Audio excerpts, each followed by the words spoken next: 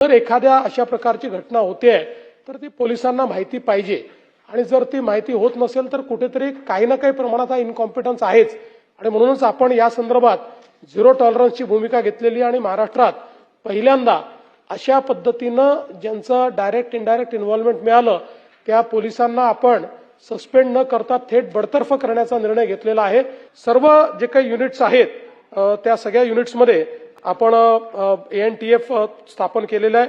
म्हणजे जे आपले Konkan unit, Kolhapur unit, Nashik unit, Amravati unit, Chhatrapati Sambhajinagar unit, Nanded आणि नागपूर गडचिरोली युनिट या प्रत्येक युनिटला आता सेपरेट अशा प्रकारचा फोर्स हा ग्रामीण भागाकरता देखील आपण त्या ठिकाणी तयार केलेला आहे। तात्काळ त्याचे आदेश देण्यात येतील आणि या संदर्भात एक मोहीम तिथे घेण्यात येईल आणि यापुढे जर अशा पद्धतीचा कुठलाही व्यवहार त्या ठिकाणी सापडला तर PIलाच जबाबदार ठरवण्यात येईल।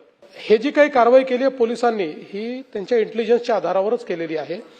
ऑपरेशन थंडर हे या दृष्टीनेच नागपूर पोलिसांनी केलं होतं की वेगवेगळ्या ठिकाणची इन्फॉर्मेशन गॅदर करणे आणि प्रोएक्टिव्हली त्या ठिकाणी छापे मारणे। म्हणजे एखादी घटना घडल्यानंतर त्याच्यावर कारवाई करायच्या ऐवजी एक मोहीम म्हणून प्रोएक्टिव्हली त्या ठिकाणी काम करणे आणि आपण जर बघितलं तर जवळपास 11 महिन्यामध्ये या ऑपरेशन थंडर अंतर्गत 907 केसेस पोलिसांनी त्या ठिकाणी पकडलेल्या आहेत। अशा पद्धतीच्या केसेसमध्ये तुम्ही मकोका लावता का, तर आपण तो मकोका लावणं सुरू केलेला आहे आणि याही आयुक्तालयाला सूचना देण्यात येतील की मकोकामध्ये ज्यांचे केसेस फिट होतात, वारंवार गुन्हे करणारे त्यांच्यावर मकोका लावण्यात येईल।